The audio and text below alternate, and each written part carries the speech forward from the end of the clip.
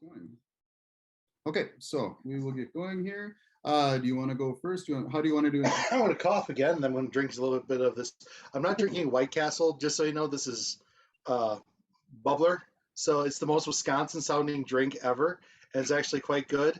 And there's actually more of the flavors that we enjoy in Minnesota than there is in Wisconsin, but yeah, it's just sparkling water. That's But it's called White Castle. so what? You said it's called White Castle? No, it's called bubbler. It's not a White Claw. Did I say White Oh, Castle? I could have swore you said White Castle, and I was like, oh, so it comes in just tiny little squares. And I think most of the White Castle I got because when I lived in Minnesota and on my way home was White Castle in Apple Valley. So I think a lot of times that I hang out with you yeah, on my way home since it was so late yep. and Stacia wasn't in the car with me. So I didn't feel guilty on eating and stinking up the car with those horrendous sandwiches. But I think those are always the time that I enjoyed getting that garbage. But Yep. yeah, so. Yep, it's been, I don't think my kids have ever had it now that I think it through. All right. That makes you a responsible, good parent, I think. So,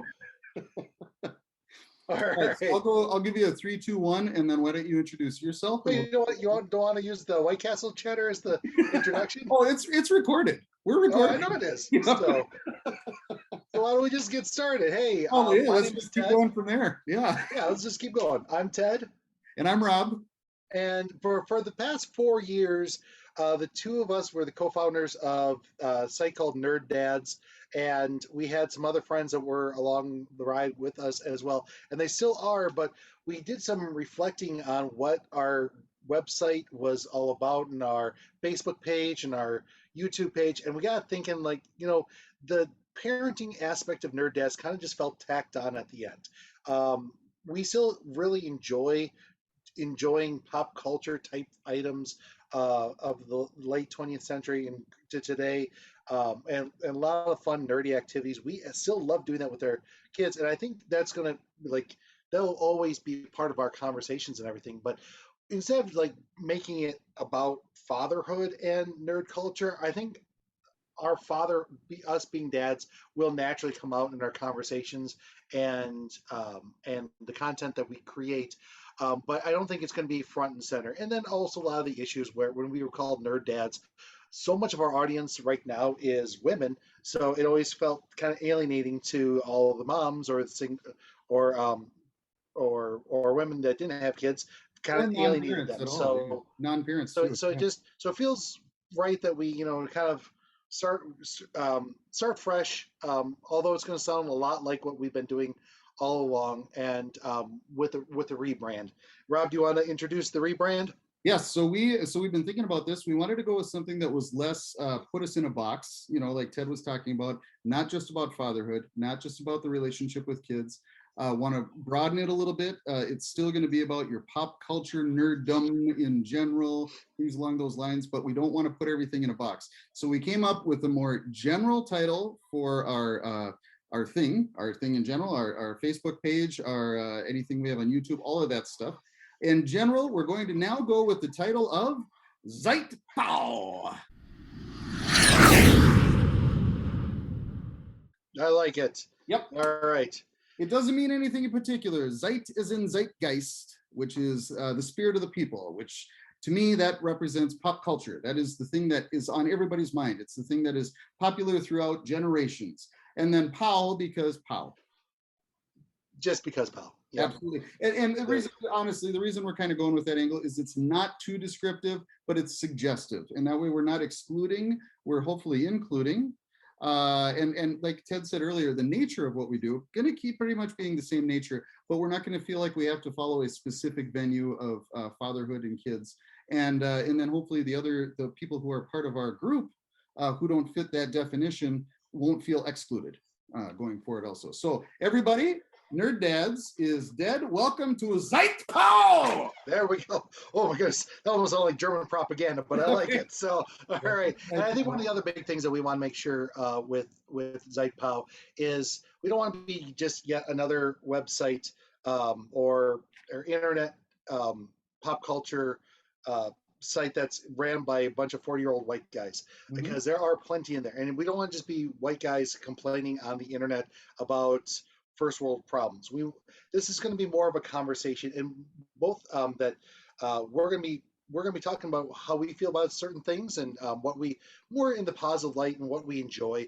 But we want to hear different people's perspectives as well. We want this to be an open conversation.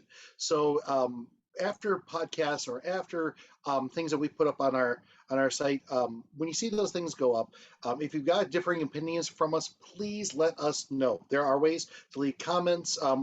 This is the launch of our first podcast under Zeitpow.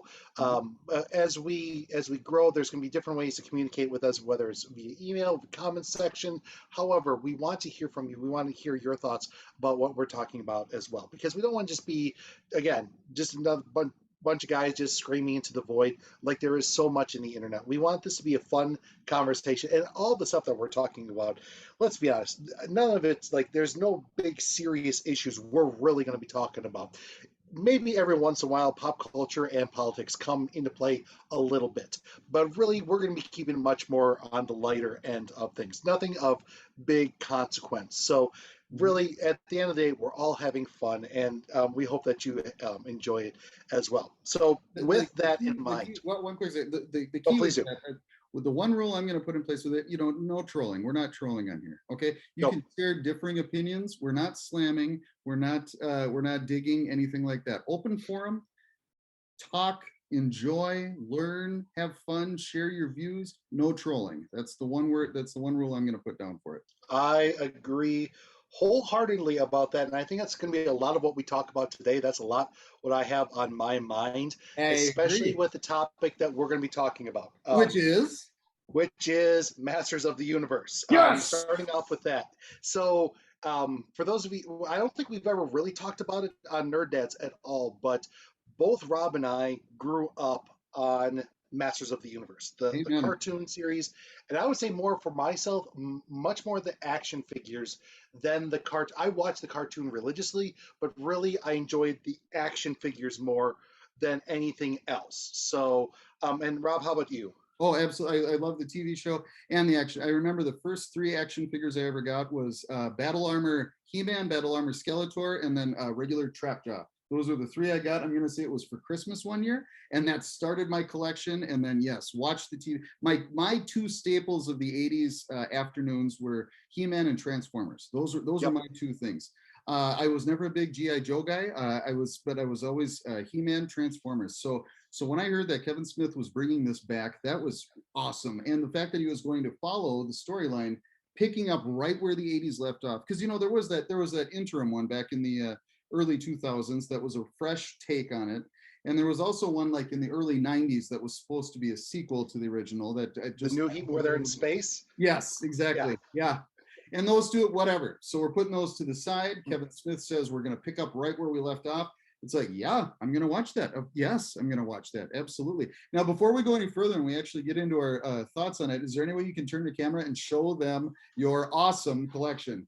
So this is my new collection. So my old collection, when I was a kid and I collected the toys, those are actually still at my parents' place. And my kids now play, and my nephews and nieces play with my old action figures. And I absolutely love that they are in the basement. And every time we go, we actually, uh, today we went to my parents' place for a family get together, and the kids were downstairs playing with all my action figures like they should be played with. Now, in last year, they started Mattel has because they're looking to relaunch Masters of the Universe in multiple ways. They are trying to get as many people reconnected with He-Man as much as possible. The Netflix, the current show is just one of a couple Right. projects going on TV, but they're also doing a lot of different action figures. One of the lines that they did was the Masters of the Universe Origins line. So they went back to as opposed to 6 or 7 inch characters like there were with the 2000X or the Classics editions. They were big in from like 2004 to 2016, I think it was, which they were larger scale. These are close to replicas of the ones that we grew up when we were Correct. kids, but they have more articulation in the joints and everything. So they're the 5.5 inch characters. So my My figures, so I have close to all of the Origins figures. I have that down there. Above there, they also have a WWE Masters of the Universe line. And then if I swing over here, I've got the brand new Castle Grayskull as well. Hmm. So, like I said, not only did I collect the toys when I was a kid, my kids now play with my old collection. I just really enjoy the figures. I love the way that 5.5 inch barbarian figures and all the different types of figures, how they took that same mold and made robots or different insects or spacemen or all sorts of different things. We really enjoyed all the creativity that came along with it, and with a toy line that was specifically just to sell product. It was, whether it was the cartoon or the toy line, they have created a, a, a history and a storyline with all the figures. But at the end of the day, it was just, how can we sell as many of these toys as possible? And for me, I loved everything that they brought out. I So, agree. And as a kid, a guy born in 77. So when they first came out, I was what, 7, 8, 9 years old, somewhere in there. I ate it right up and I got right into that universe. And to me, I wanted the toys, but it wasn't just about the toys. It was about the whole show and the whole story and everything. And then, of course, you got these guys sitting in an exec room like, no, just pump out more toys, figure out how you can sell them.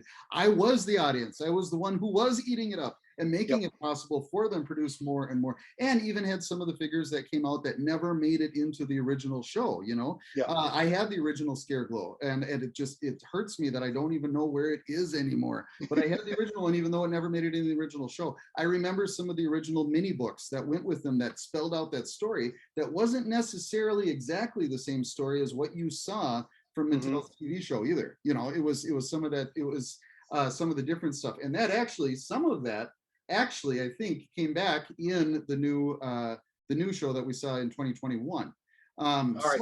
So let's So take a look. with that, okay, so now that you're starting to go into a little bit, Rob and I we've seen the first 5 episodes, and that's the big thing. It's the first 5 of 10 Mhm. episodes that are with this show. We watched them independently. We kind of let each other know when we were done with it, but we have not even hinted Exactly. about what we liked yet, or what we didn't like, or what our feelings are. And this has been, so when what the show we're talking about is the Masters of the Universe Revelations Revelations.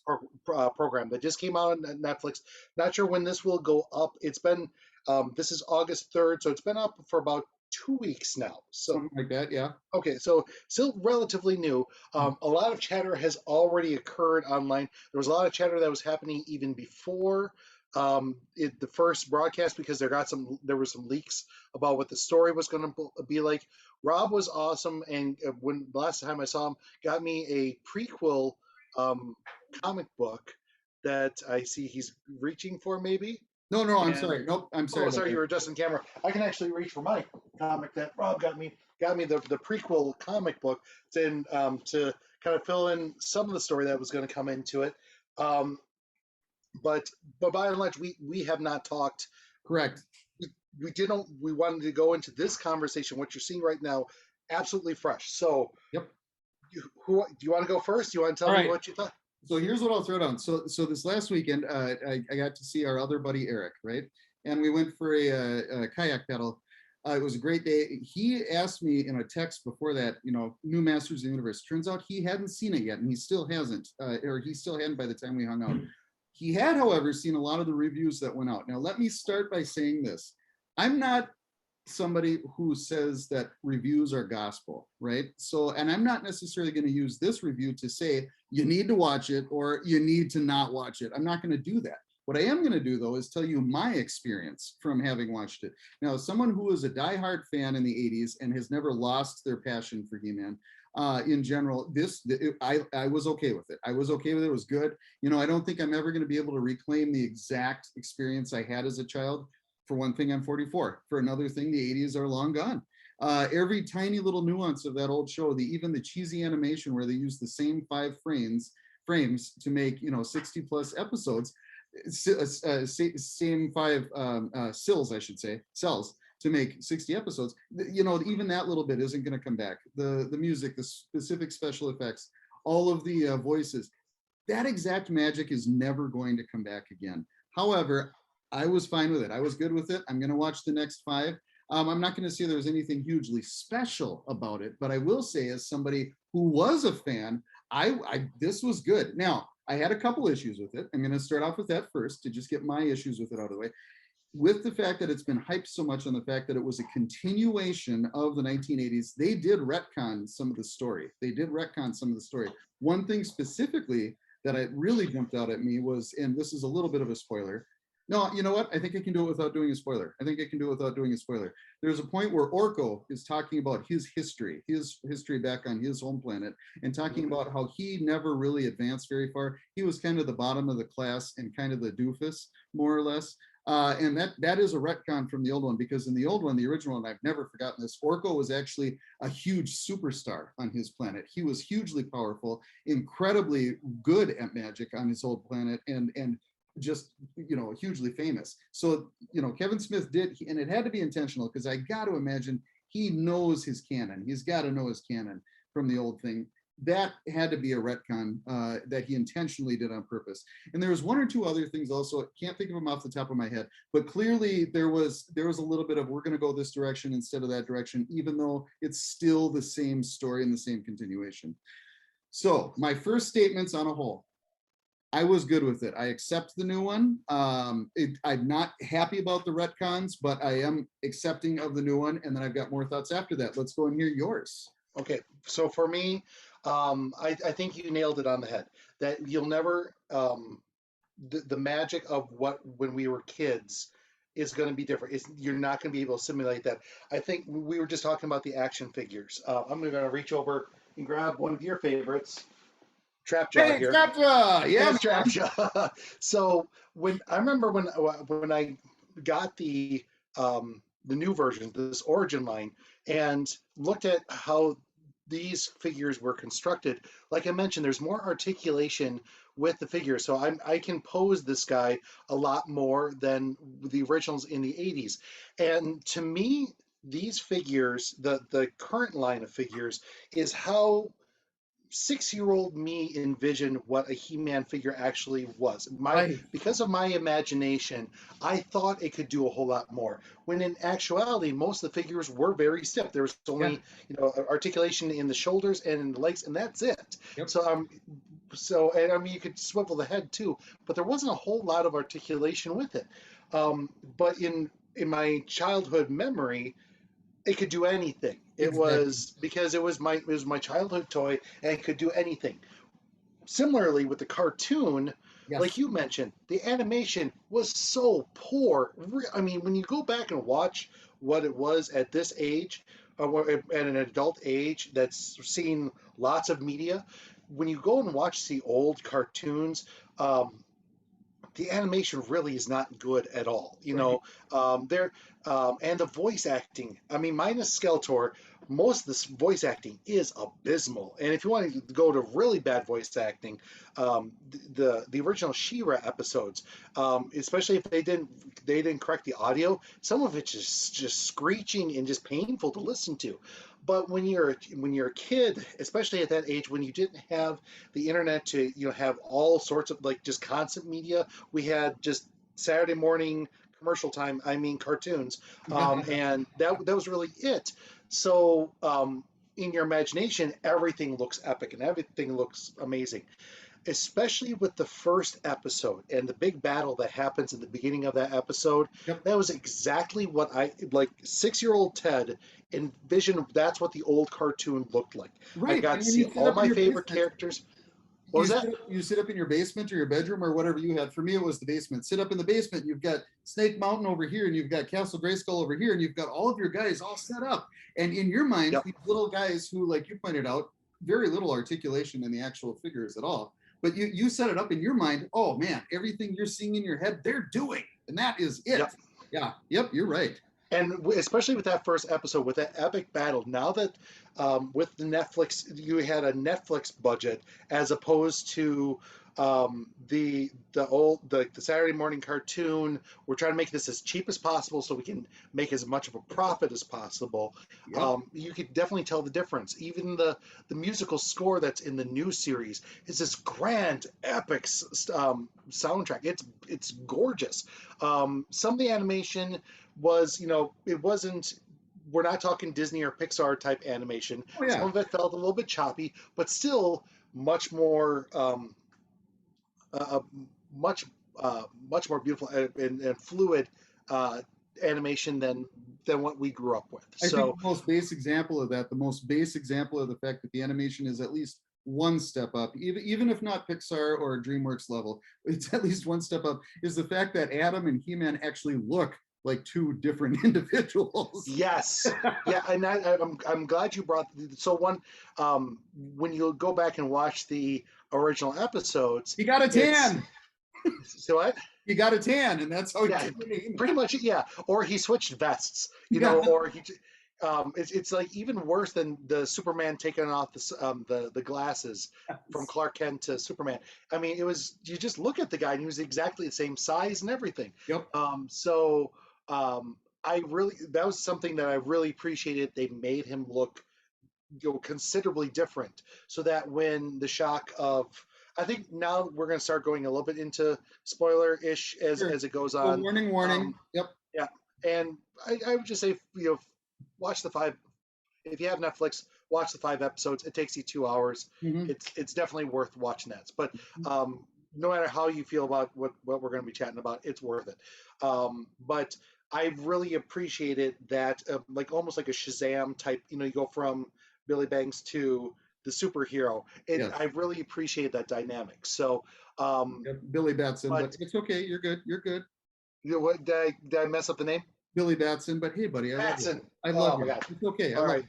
I love you. There goes my nerd card. All right. Anyway, So let um, me jump in really quick on a couple of thoughts there with a couple of things you said that are spot on, especially talking about both Skeletor and then also the tying in with Shira. Two thoughts I had on that. Number one, yes, I agree. Actually, three thoughts now that I think about it. And feel free to cut me off if I go too long, because they're all just kind of rolling right through. So number one, yes, the iconic voices with that. One thing I thought was fan freaking tastic was they brought Alan Oppenheimer back in to be the voice of Mossman, and he's the original Man-at-Arms and the original Skeletor, if I'm not mistaken.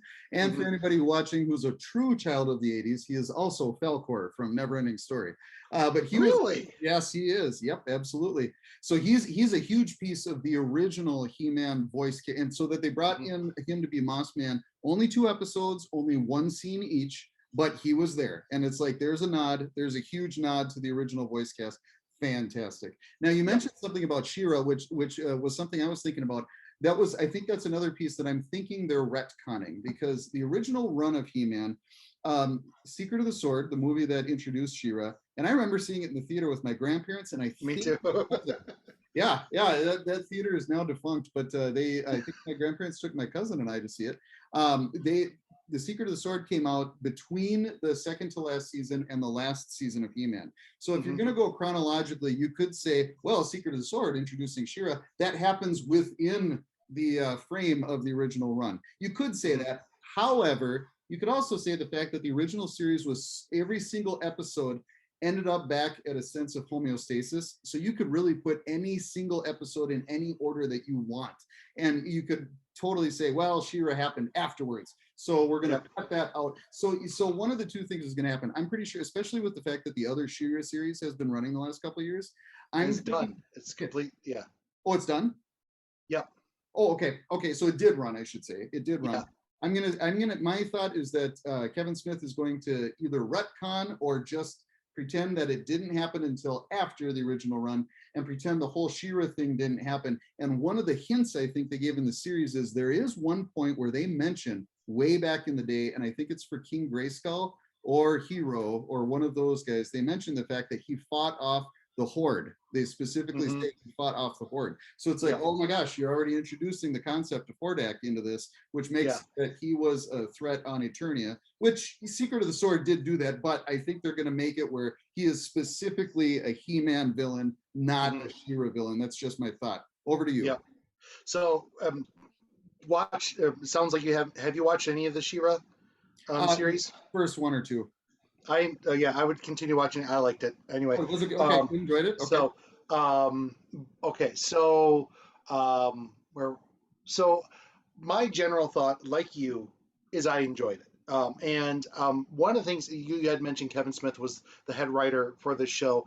You could tell that there was some of his clunky dialogue in there. I think especially for us, especially in our teen years when we were first introduced to Kevin Smith with Mallrats and Clerks and Chasing Amy and Dogma, I think there will always be that place in our heart for his kind of banter type of conversation.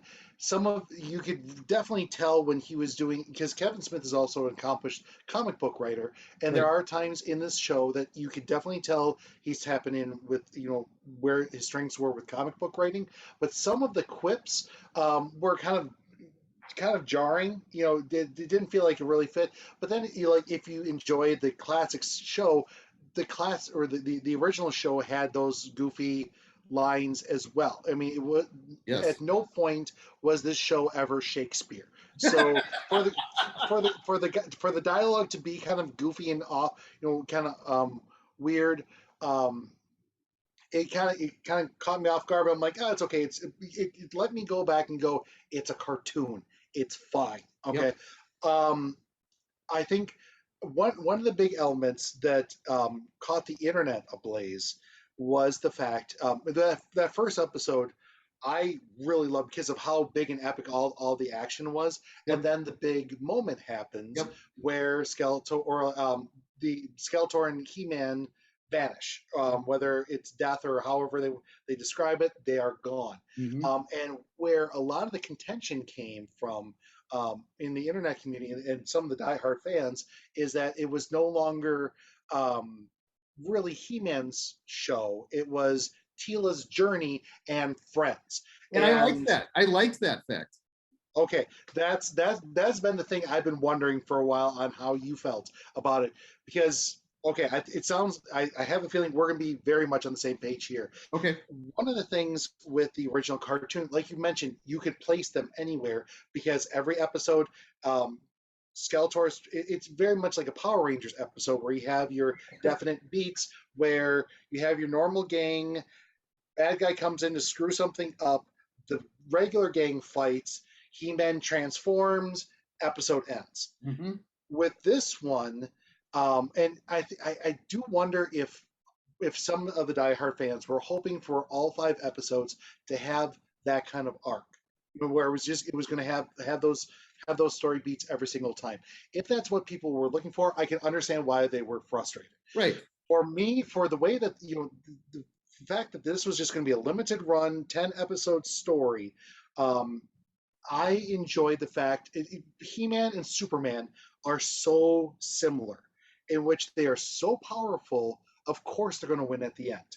And when you're 5, you enjoy having that complete lack of drama. The good guy wins, and yay, it's fun. Hmm. Okay, now I can eat my sugary cereal. Hmm. With the fact that they wanted this to be a little bit more mature and tell a story, I really loved the vignettes or like the flashbacks of personal moments that they had in past journeys, and that's where He-Man was remembered. And I've really enjoyed how the impact that he had on so many different people, and the need to find him, and what would he do. That was just a great way to remember him. Hmm. I think if the Justice League movies would have been spread out more, like the Marvel universe, I think He-Man, or I mean, excuse me, Superman's death and his resurrection in those movies would have had a very similar feeling. If we would have had that emotional investment into it. So I really enjoyed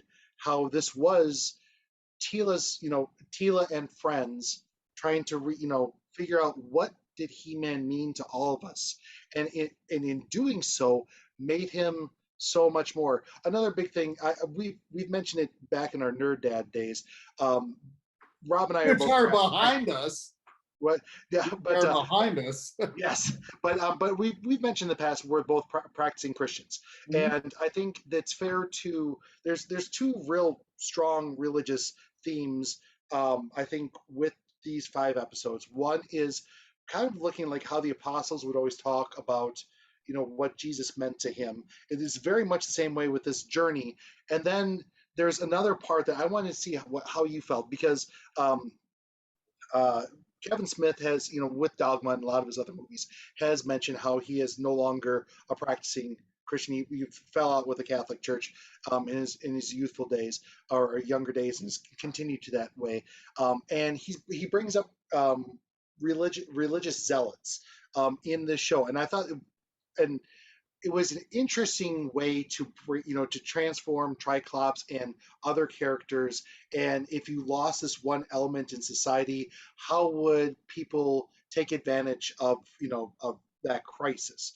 And religious zealots would be one of them. It was a very interesting way to see, because this show, even though its target audience was still adults, it still had that Saturday morning cartoon feel to it. So how do you bring religious zealots into a Saturday morning cartoon type atmosphere? And so That's I, actually a really good question, and I think the answer, and I agree with what you're saying too.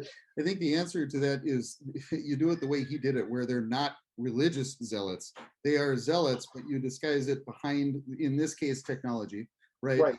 And you can even go a little bit psychological into that. You can look at who was the leader, was Triclops, and then who was like his number two was Trapjaw, and these guys who are based on technology, but they were suppressed by a leader for years and years and years. And it wasn't just that a faction of society disappeared, which was magic throughout all of Eternia. Again, spoilers. But it wasn't just that magic throughout all of Eternia disappeared. It's also that their personal oppressor disappeared. And so they finally rose up and they were kind of free on their own for the first time. So they embraced all of this and power and tried to oppose ever being the need for the thing that had oppressed them ever also. Mm-hmm. And you're right, though, it was a perfect example of what a religious zealot society would look like, or not society, but faction rather, Mm-hmm. would look like. You're 100% right. He also introduced more general overtones with the subternia and preternia, Yeah. things like that. And actually, I'll be honest, I'm just going to be completely honest. I had a problem with that for a while until I was able to turn my brain off and go, you know what? Watch this like you're reading Norse mythology. Yep. Watch this like you're reading Norse mythology. And I think maybe I don't remember for sure if this is actually what happened, but one of the things that kind of lends itself to that, this might be what actually got me on that point, is where Grayskull himself is talking to Adam about the fact that or either way, Adam is getting revelations in, no pun intended, in Preternia, where they're talking about the fact that heroes who like basically fight the good fight and then sacrifice themselves, they get to go to Preternia. Nobody else does. Everybody else just becomes worm food. And that was like, okay, so Preternia is Valhalla. Okay, Mm-hmm. so now I can make this be a mythology now. And I can make it fit into my mythology view of the universe, not trying to make it fit into my actual view of the Yeah. universe. Because here's the thing with me: any type of fiction I read, I like it to fit into what could be Reality. Mm-hmm. Now, magic and skull-faced guys, that doesn't fit in reality. But I like to make it be where it could fit into reality. When you start to introduce things like preternia and subternia, I'm like, whoa, I'm sorry, that doesn't mesh with my belief and my view of what, in my understanding of what the other world is like in general. But then when I'm able to go, well, hold on, back up. You've always liked Greek mythology and you've always liked Norse mythology. Put this in that vein, make it be Yep. that vein. Then I'm able to turn off my brain and go, yes, here we go. Mm-hmm. Back to your original thing, though, I don't think it's necessarily a bad thing to introduce the whole idea of Triclops's zealotous faction. It's real. I mean, that's a real thing in the world, and it is something to be aware of and to not get trapped by. I don't think it's necessarily a bad thing that he introduced that concept in here. I'm thinking maybe he might have meant it as more generally all religion. That's very possible that was Mm-hmm. Kevin's view, possibly. However, nonetheless, it doesn't mean that there aren't factions out there that are things that our kids need to be aware of, in general. Yeah. Yeah, back to you.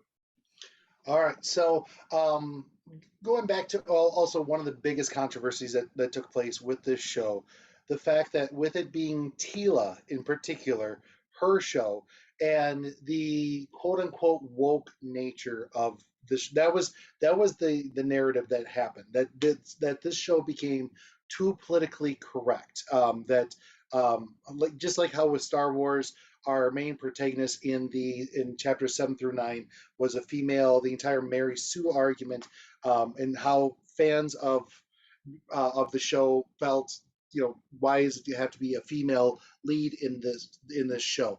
I am biased, and you're probably as well.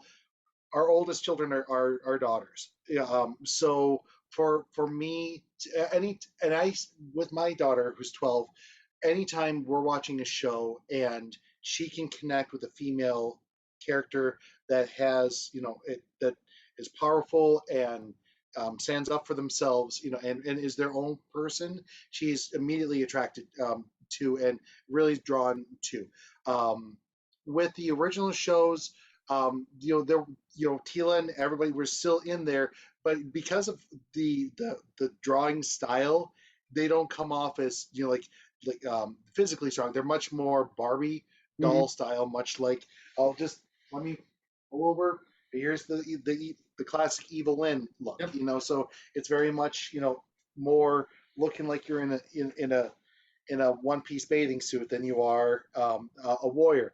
This one, Tila is, I mean, she's physically imposing, Mhm. and that was a big issue that many fans took place, that this became um, Tila's story, and it was the woke, it was three women that were leading the charge in the story.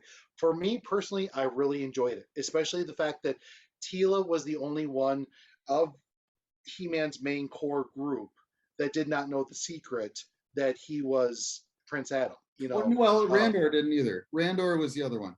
right. But yeah, so Randor and Tila are the only, and the one, So um, uh, and you see Randor's reaction at, once the news comes back to him, and there's definitely the issue with that. But for her to, to go off, and then for that entire reconciliation, along the way, and coming to terms on why, I that was another part of the journey that I really enjoyed.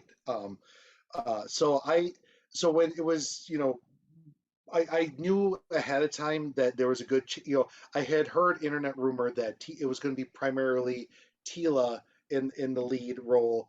For me personally, that's fine, because especially if it's going to be, if we're again, if it's going to be Prince Adam's story, okay, but it was always the side character, Masters of the Universe, just like many pieces of fiction that have multiple characters in it, your main protagonist sometimes is the dullest character. Mm. If you look at Harry Potter, he's sometimes, I would say, the least interesting of all the characters in Harry Potter, but it's the character that we are supposed to embody ourselves in. And as young, whether we're young kids or 40-year-old men, we're supposed to put ourselves into Adam. That's where we project ourselves, and then when he becomes superpower, oh, it's like we're getting superpowers. So I really enjoyed the fact that it was more the friends figuring out where their places in the world, what their relationship with Adam was, what finding magic in Eternia, what it all means. Can we get along even though we were on two polar opposite sides? I really enjoyed that part of the journey. How about Well, you? here's my thoughts on that. So, okay, let me go back. Let me start with this by going back to your Star Wars example that you brought up. When you and I saw Force Awakens, what was that, 5 years ago, 6 years ago, however long ago? Yeah. When we saw that, it was a great show. It was just good. It was just enjoyable. And Rey was fantastic, and Finn was fantastic. And then I started reading on the internet how people were like, "Yay, strong female!" and "Yay, a black guy who's in a good." I was like, "Oh." Yeah, I guess, yes, it is political. You're right. I enjoyed it. Thank you for Mm-hmm. sucking that out of it for me. For me, this is just me personally now. I enjoy a show with good characters. Okay, I'm Yeah. not necessarily looking for them to be male or female, anything along those lines. I'm looking for good characters. So I liked Tila having the run of the show. Great, fantastic. Not because she was female, but because fine, run with it. What I enjoyed seeing was actually they took the two main characters, He-Man and Skeletor, and they actually put them in the back seat, and they did a show about their world without them being in the driver's seat. That's what I enjoyed. Mm-hmm. Whoever it was that Yep. was the lead, and in this case it was Tila, and even Scareglow was the one who actually finally pointed out what the title of the series was about, because when he put Tila through her test, he used the word revelation. And Mm-hmm. so it was like, okay, that's okay. So at least one of the revelations that the title refers to is for Tila herself. That's what this is about. Okay, there's our Yep. little Easter egg right there, hinting at the title. Hmm. She was good. I also, one of the things I really enjoyed was the fact that Sorceress and Evil Lynn actually worked together, and it wasn't a backstabbing work together. It was Sorceress trusted Evil Lynn because we have the same thing here. We're both starving to death. It's, you know, it's figure of speech. We're both Yep. starving to death on the thing that we both feed on. And I do trust you to take this and do what's right because we both want it back. And I really enjoyed that little forced camaraderie, but still chosen maturity. There was maturity there and a choice that was made, and I love that. And the fact that it was two women instead of two men, who gives a rat's behind? You know, Yep. it was a really cool thing. Tila being the protagonist, great, wonderful. You Yep. know, I like to see a story that's about a character. You know, that's one of the things, and Angie and I are both huge Stephen King fans, right? And whatever book you read, it's going to be a guy or it's going to be a woman, one of the two. It's going to be one of the two, but the story is going to be good. You Hmm. know, male or female, the story is going to be good. You know, does that make sense? Absolutely. I think we fortunately, or I don't want to say fortunate, but we as white males, we've had the benefit, especially of our generation. A lot of the pop culture that we claim or glom onto has always had people who look like us be Uh, that be the main character. So we you're are right. used to that, Yes, we and so I can, but I so it I think with having a daughter and then having friends of other races and creeds and everything, when they are finally able to see themselves or see a representation of themselves on screen, I think that needs to be great, needs to be appreciated, and it's much more appreciated when it doesn't feel forced. And yes. while there was a lot of complaining with this show, I did not feel that was forced at all. I think it with the story that they were looking to tell, Tila made the most sense, I didn't feel it was and to forced be at the all. person to follow that. Yeah, it felt right. It felt very Yeah, natural for it to be Tila. And even though the core audience uh, is that for this program, they wanted for the older fans right. to come and re-experience. Actually, Sarah Michelle Gellar, when she was interviewed about her role in the show, she played the part of Tila. She had mentioned that when she was a kid, she didn't feel like she was included in the He-Man audience because in the 80s, that show was specifically aimed at boys. That was Okay. supposed to be a boys program. Okay. She-Ra was for girls. He-Man was for boys. Okay. That's the toy. The He-Mans are in the boy toy aisle. She-Ra isn't. There was sometimes a little bit cross in between, but She-Ra is still much more in the girls' role. So she didn't really feel welcomed in that role. I think um, even though the target audience might have still been, men now in their late 30s and 40s, I think I I I am glad that they decided to still choose Tila as the character to Mhm. go on this journey with, as opposed to going with Orko or Man at Arms or anybody else just because it's a male character. I really enjoyed how And I that agree was. with you. And you actually have a very good point. You and I are probably more biased because, like you said, we've always had guys who look like us as the protagonists in our shows and our cartoons and our comic books and things like that. So we don't necessarily think that way. So that's a very good example with Sarah Michelle Gellar's account of that. Very, when I remember when I was, my sister's 4 years younger than me, and she had all of the She-Ra. She had Crystal Castle, and she had all the She-Ra figurines. All of the Hordak figurines were He-Man figurines. They were in the Yep. He-Man line. I had all of them. But she Hmm. had all of the female ones and things like that to go with Crystal Castle. I do remember I would watch She-Ra on school mornings before school, but I feel like I still knew it was the girls' show. I just Right. wanted to see it, that kind of a thing like Yep. that. So you have a good point. You have a very good point. And that is, I am the demograph that a lot of Mm. those shows were always aimed at. So I probably don't think about it that way. You're absolutely right. Yeah. I think they did a good job with this where you didn't even necessarily, well, apparently people on the internet did. I guess for me, I didn't even necessarily think about the fact that, oh, they made it a girl lead. Now, what I would have thought about is if they had totally revamped and made He-Man a woman, that was kind of, Right. and I think you and I have talked about this. That was one of my personal issues, and I think I'm in the minority. That was one of my personal issues with the movie of Captain Marvel, was simply the fact that they took all of what was male characters in the past and they made it that it had to be female because women don't need to be empowered by men. Like Marvel in the comics is a male, and that's where she gets her powers from. But we can't do that because women don't need men to empower them. And it was very obviously a political statement. And I'm like, you know what? That turns me off. If you're going to do that, whatever, keep the characters what they were originally, and then make strong women characters. Go for it. Absolutely. Like I said, Rey, I watched all of, you and I watched all of Star Wars. I was like, fantastic character, wonderful story. Oh, we're going to politicize the fact that it was a woman instead. You do your thing. I like the character. That's me watching a movie. That's just me. Watching a movie. But that was, like I said, that was one of the things with Captain Marvel that kind of turned me off, is they had to change the males to females. Now this one, they didn't. There was a run of the comic book, so that the Captain Marvel was a woman. I mean, for at least a decade, or if not longer. So Carol Danvers, that character, yes. I'm talking about Marvel, the Kree that she got all of her powers from. That's not a female. That's a male. Gotcha. And so he was the original Captain Marvel. He was the original before Carol Danvers ever came along. But they intentionally had to take that and make it that it was a female. And then in the show, every single male except for Samuel L. Jackson was a jerk somehow. And that turned me off to that particular movie. Again, that's just me. Yeah. This was good. This was a wonderful heroine. This was a wonderful witch turned not good, but working for a common cause. Evelyn. And the fact that Beastman was devoted to her. Oh no, a man was devoted to a woman and subservient to a woman. No, which was another issue that was big. Yeah. Who cares? He is devoted to her, which I thought was very interesting, because in the old one you always thought he was devoted to Skeletor. No, it turns out he's actually devoted to Evelyn. Interesting story twist. Okay, let's run with it. That kind of a thing like that.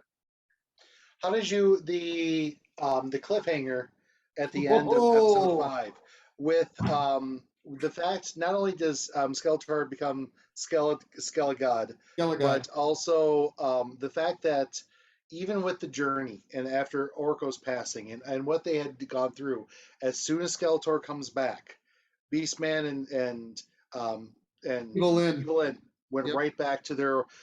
At first, I'm like, what? And I'm like, it makes sense. It like that's still their mindset and what their main objective was. Yeah. She even talks earlier about how I don't remember what she says. It's probably when she's talking to Orko, where she talks about the fact she talks negatively about Skeletor as a leader, as her being in his shadow. Do you remember what I'm talking about? Yep. Yeah, it's like, I should have been the master of the universe, not him. But I let him. I followed his journey and his path. And it should have been him. But she still, once Skeletor shows up, it's like old times. So what do you think it is? Do you think it's like a beaten, the stereotypical abusive boyfriend kind of a thing? What do you think it is? I don't think so. I'm hoping that as the story progresses, that we will find out more of her reasoning on why she's still. I think it will have less to do with Skeletor himself and more the mind, or that wanting to rule in that style, and not be on the forces of good, but still her name is still Evelyn. It's not, she never told anybody to change her name to Evelyn on their journey. They continue, she's still that way in Beastmen because of like you mentioned, the devotion to Evelyn went right that way, even with the journey that they've been on. So I thought that was a neat story beat, and to see Skeletor finally say the phrase, was very neat. And so it does get me excited to see what's going to be happening next. So I think we should leave it there, except I have one last thought I want to throw out, if you're okay with it. So speaking of Skeletor saying a line, and I have to say this, and I'm going to have my nerd card taken away for saying this, but oh my gosh, as much as I think Mark Hamill is so wonderful as Joker, I heard too much Joker in Skeletor's voice, even down to the last episode where he said, "Come on, Lenny." It was like, you could hear him saying, "Come on, Harley," right there. It was like, you're even talking, not just sounding like him, but you're talking like him. That was. Oh, and I feel, you feel like you can't say that. It's Mark Hamill. You can't say that. I think I think the way what he brought to the performance, I think was he didn't do an impersonation. He did his rendition of what Skeletor would sound like. And so I appreciate you, but you're right. There was still a lot of Joker in there, and I think because of his voice, it's always even when you listen to other voice performances he does. There's always a little bit of the Joker in there, so Yeah, it's always going to be present in other roles.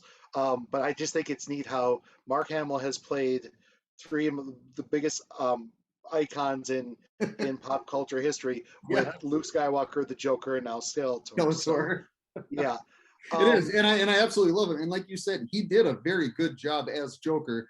The problem mhm, is he also did a very good job as, I'm sorry, he did my bad. He did a very good job as Skeletor. The problem is he also did a very good job as Joker, and it just I just could hear too much of it was all, that kind of a thing. overall thoughts of overall, you enjoyed the show? Oh, I was not disappointed the way that a lot of people on the internet were. I'm not disappointed like Yep. people on the internet were. And that's one thing, I don't, you and I have had this conversation before. You, I think in general have a much more, under a good understanding of what a good crafting of a show is. I watch a show more for dessert than for dinner, Right. so especially if it's something that I loved from way back in the day, and if I can make it tie to that, yeah, wonderful. If Yeah. it's canon with something I love back in the day. There's been other Transformers things that have come down the lines in the last 30 years. The only one that I ever really followed really was the Beast Wars, but there's been a million other ones. I haven't been really interested to follow them or whatnot, even though Hmm. I loved the Transformers in the 80s, right? Hmm. This ties directly to something that I loved in the 80s. And I didn't feel that it did it a disservice outside of those little bit of retcons that I pointed out earlier. I Hmm. didn't feel it did it a disservice at all. I think that Kevin is going in the right direction. So if I was to tell somebody yes or no, I'd say yes. Yeah. Same here. And I think like a dessert. I think this show is exactly that because when I was watching the show again, it got me more excited about the toys than anything else. The bat the that the type of tank that has a little battle arm on Yep. it, Yep. that was brought in. Shark Tank was in there. Seeing the Eternia playset, all those things. Seeing Hero and Savage He-Man, Wondar, that He-Man. I mean, seeing all these callbacks to the toys, which again, that's like I watched the show, I enjoyed the show, I loved the toys, and Yep. this was a great homage to that part of what I enjoyed about it. Yep. So I got a huge kick out of it. I'll be interested to sit down with my kids to watch it as well. Yeah. They haven't been clamoring for it. They enjoy playing with the toys, but they haven't been clamoring for the show because, like, I showed the original show to them, like, yeah, okay, and they moved on because it's a crappy show. Yep. So I was, so it did what it needed to do for me. Again, it's not Shakespeare. It's not something that, next year during the Emmys, it's going to win a whole bunch of awards. It's fun. It was brainless fun, and I enjoyed Exactly. it. And I look forward to see how the story concludes. And Yep. then they're going to do all these other spin-offs as well.